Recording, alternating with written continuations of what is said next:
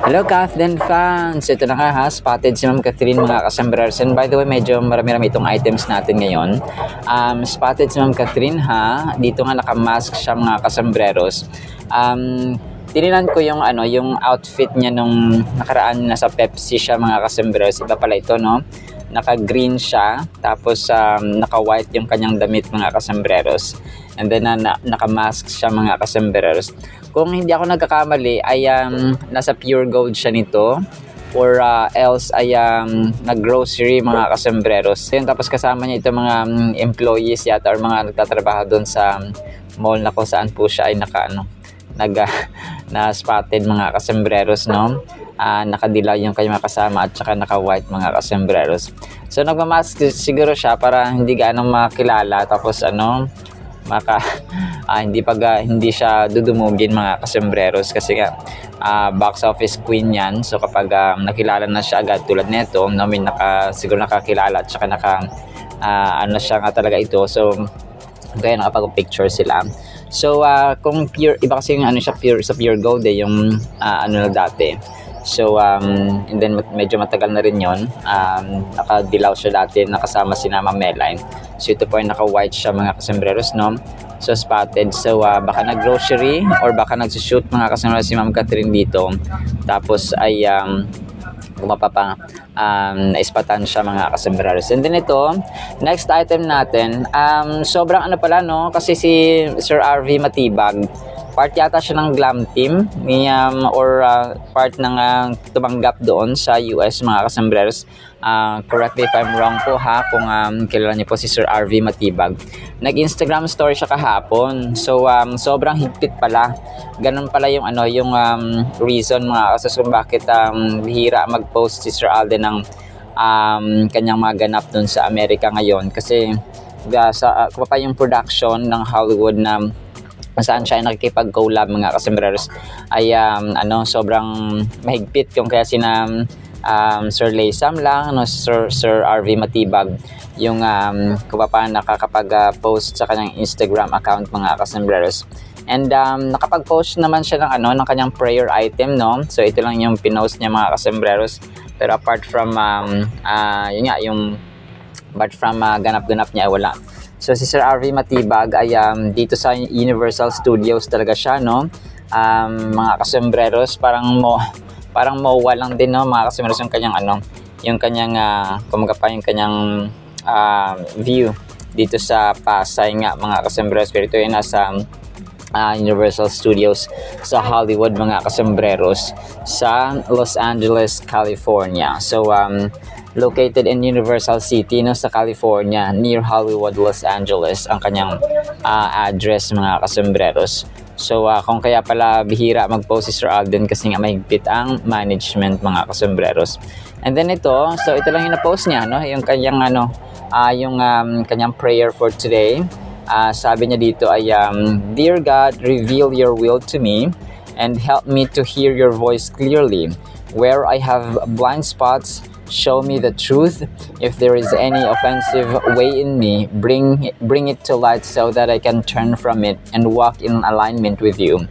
My heart's desire is to know you, be like you, and do your will. Guide my steps, refine my heart, and lead me in the path of righteousness so that my life brings glory to you. In Jesus' name, Amen. So, Amen and Amen, Pops Alden. Siguro nagpaalam pa siya nito, no? Na kung pwede na ito lang i-post mga kasombreros, no? Sa management na kung saan nga siya ay nakipag-collab mga kasombreros. And then ito, next item natin, pinagkukumpara si Ma'am Catherine yung bangs niya mga kasombreros at saka si Ma'am Kyla Estrada. So sabi ito, ex-girlfriend, tapos close girlfriend. Si Ma'am Kyla Estrada kasi ngayon yung parang katandem, di ba, ni Sir Daniel Padilla mga kasombreros, incognito. Tapos parang siya yung nililink na mga tao sa kay Sir Daniel Padilla. So kung loloobin ay okay rin na, parang nasa kanila na yung mga kasombreros, no? Pero parang sabi ni Sir Daniel Padilla ay wala siyang girlfriend, no? At saka no comment siya sa issue ng mga tao na parang minamatch sila. So parang ganon. So sabi niya wala daw siyang pakialam, sabi niya ganon. sa mga sa mga sinasabi ng mga tao na nililing siya kay Ma'am Kyla Estrada. And then ito, sobrang kulit ng ginawa ng isang Kathleen fan dito mga kasombrers. May mga picture siyang inedit, no? Unang-una itong si Ma'am Catherine sa mesa para may kinakain siya mga kasombrers, or nag-iisa siya. Tapos sa probinsya, no, yung kanyang setup mga kasombrers, sobrang lupit, no? Parang totoo talaga siya. Tapos may mga manok na likod niya mga kasombrers. And then ito, nasa sila, nasa bangka, no, nakakulay green. Yung favorite color ni Ma'am Catherine mga kasombrers ay suot-suot ni Sir Alden. Tapos pating bangka mga kasombrers, no?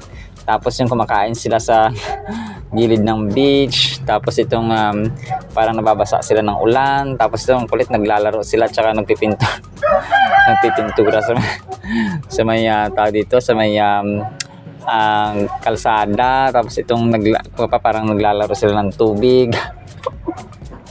parang real life talaga siya mga kasombrers, no? Ang kulit lang ng ginawa ng isang dito ng isang fan. Tapos ito nasa parang may sa bulaklak sila na tawag dito, parang sa tindahan ng bulaklak mga kasombrers, no? So may palengke. Tapos ito parang may binuksan sila na package na na dito nasa karton. Tapos may blue na damit. Tapos may parang magpipintura yata sila ng damit mga kasombrers. And then ito, no, nagluto sila.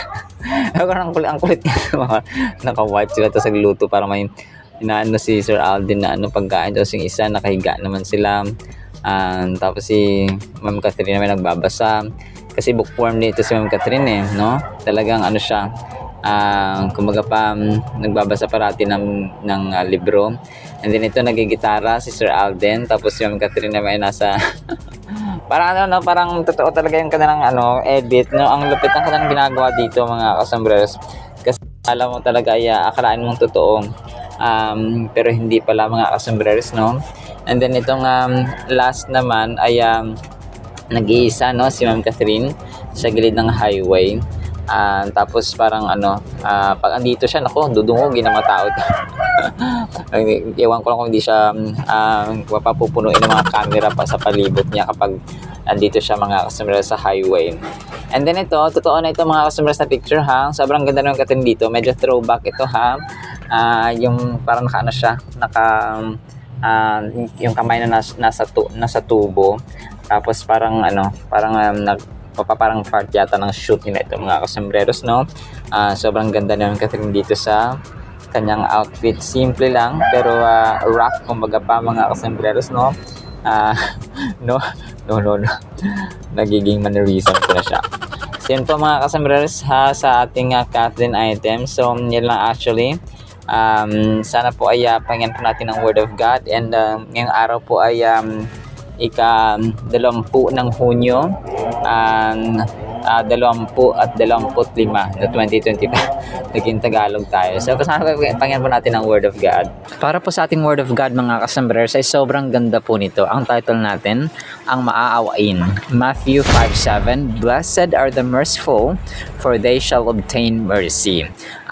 Ito po ay isa sa mga beatitudes or siyam na beatitudes mga kasombrers sa Matthew chapter 5. And si Jesus Christ ay he opens his Sermon on the Mount sa yung beatitudes mga kasombrers, a series of statements describing the blessed life mga kasombrers. So ang ikalimang beatitudes ay ito nga mga kasombrers, no, na pinagpala ang mga maaawain kasi sila ay kaawaan din mga kasombrers sa Tagalog, no.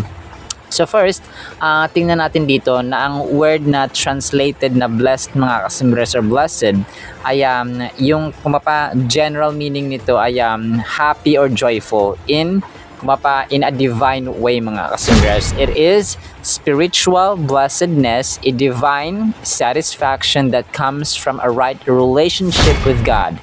So kung kaya pagsasabihan kang blessed, sobrang blessed. So ang pumapasok agad sa isipan ng tao ay nagmula sa Lord or binigyan ka ng biyaya ng Panginoon, binigyan ka ng grasya ng Panginoon, and so on mga kasombrers. So kung kaya hindi basta-basta na kapag ikaw pala ay maawain mga kasombrers, ikaw rin ay kaawaan. And yun ang prinsipyo ng Biblia. So kung what you do to others will be done unto you as well. So yun ang ang prinsipyo ng Biblia, and even sa literal nating buhay mga kasumero, sa reality, ganun, no?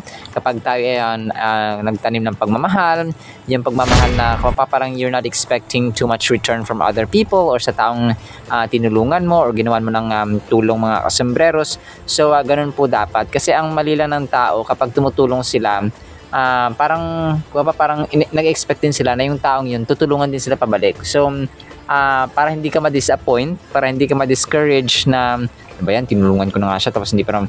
So ang gagawin natin ganito, no? Ganito dapat ang prinsipyo natin mga customers. Kung pag tinulungan mo siya, huwag ka na mag-expect ng kapalit mga customers. So ganun po ang para magkaroon ka ng kapanatagan. Yun.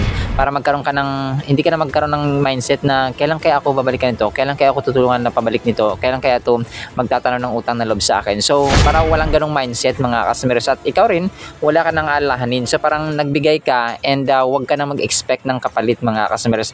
Yan actually yung secret ng isang peaceful at kontento na buhay at masayang buhay mga customers. Na basa ko yan sa The Purpose Driven Life yata, or narinig ko sa isang preaching, isang pastor din po. So yun ang sikreto, and even Jesus Christ, no, yung kanyang pag-ibig ay unconditional yan mga kasumbrero. So tayo, kapag tayo ay nagiging maawain, parang natural lang siya ba, hindi mo pipilitin ang sarili mo na maging maawain sa iyong kapatid, sa iyong nanay, sa iyong magulang, or sa iyong anak, sa iyong asawa, or sa kahit na sino man na kinaawaan mo mga kasumbrers. So yun yung sikreto, no? Yun yung sikreto mga kasumbrers na para maging masaya ka at kontento ka sa buhay. So kawaan mo sila because that flows naturally from your heart, no? Kasi ugali mo na yan. That is why it requires, no, and it needs a deep relationship sa Panginoon mga customers to be merciful, na maging maawain sa ibang tao without asking for any return. It also needs a deep relationship or close relationship sa Panginoon. Yung talagang sobrang lalim na ng relasyon mo sa Panginoon.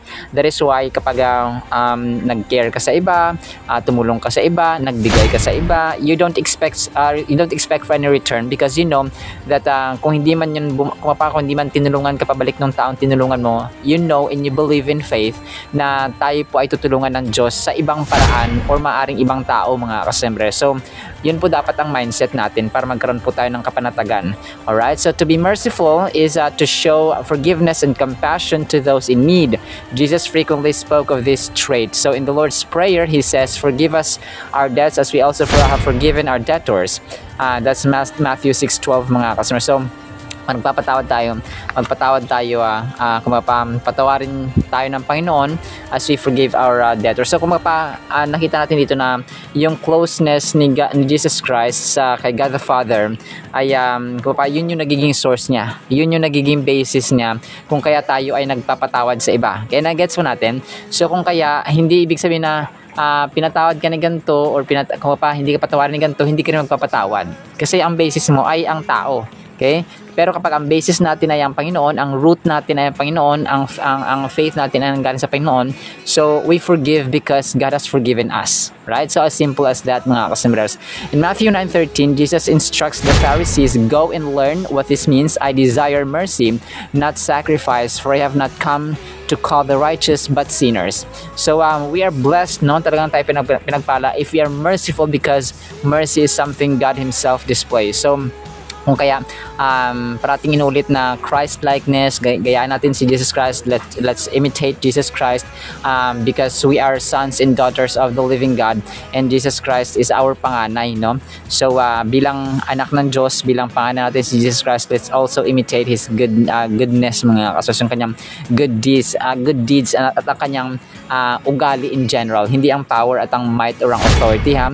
And sinasabi nga rin sa Deuteronomy 30 verse 3 na the Lord your God will restore your fortunes, He will have mercy on you. So that's New Living Translation. And kahit si King David, no, Psalm 28 verse 6, sabi niya dito, "Praise be to the Lord for He has heard my cry for mercy."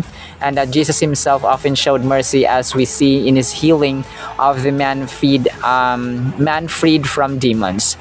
So sabi nga niya sa Mark 5:19, "Go home, to your own people and tell them how much the Lord has done for you and how He had cried mercy on you. So, tayo po, nabuhay tayo ngayon kasi nakatanggap tayo ng awa ng Panginoon. Nakatanggap tayo ng grasya ng Panginoon, mga kasambreros. And sabi nga dito ng meaning, divine meaning ng blessed, mga kasambreros, or pinagpala, ay happiness and joyful, mga kasambreros, tayo in a sense of galing ito sa Panginoon, and that's divine happiness or divine joy, mga kasambreros. So we have received mercy. So Romans, kahit nasa ibang verse, mga kasambreros, na sinasabi nito na Romans 11:30, you who were at one time disobedient to God have now received mercy.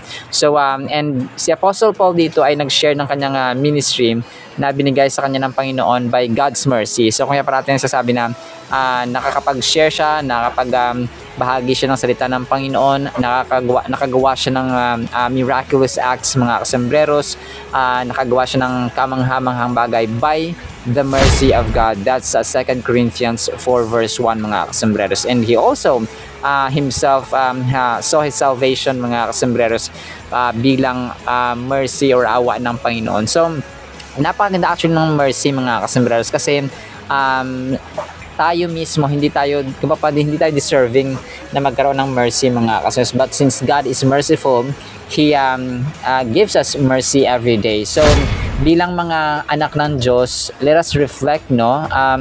Alam nyo, yung sinabi ko kanina, practical yon at saka realidad, na hindi tayo dapat expect ng kapalit. And in order to do that, we need deep and close relationship sa Panginoon talaga, mga kasus. That's why yung mga tao ngayon nadi-disappoint sila, nadi-discourage sila kasi yung mga taong tinulungan daw nila, hindi na sila tinulungan because nag-aantay sila ng kapalit dun sa taong mismong tinulungan nila, hindi sa Diyos, mga kasambreros. Maybe tinulungan na siya, maybe gumamit na pala ang Panginoon ng ibang tao na tinulungan ka, pero nagmamaktol ka pa at nagrereklamo because you were expecting to that specific person na tinulungan mo at hindi sa Diyos, mga kasambreros. Diba? Kasi God works in an amazing way. Diba? Yung hindi natin in-expect na tao, hindi natin in-expect na circumstances, doon siya mag-work, mga kasambreros. So that is what we call faith, mga kasambreros, and a deep and close relationship, intimate na relationship, mga kasambreros, sa ating Diyos na buhay sa langit. Alright? So yun namin po maging masaya tayo at maging maawain because God has been merciful to us. So yun lamang po in the meantime, nawa po ay pagpalaan po tayo ng pag-ibig, pananampalataya at pag-asa in the mighty, holy, sweet, magnificent, merciful name of our Lord Jesus Christ. And everyone said amen and amen. See you sa next time, mga sumrasan pa. Alam po. Ay,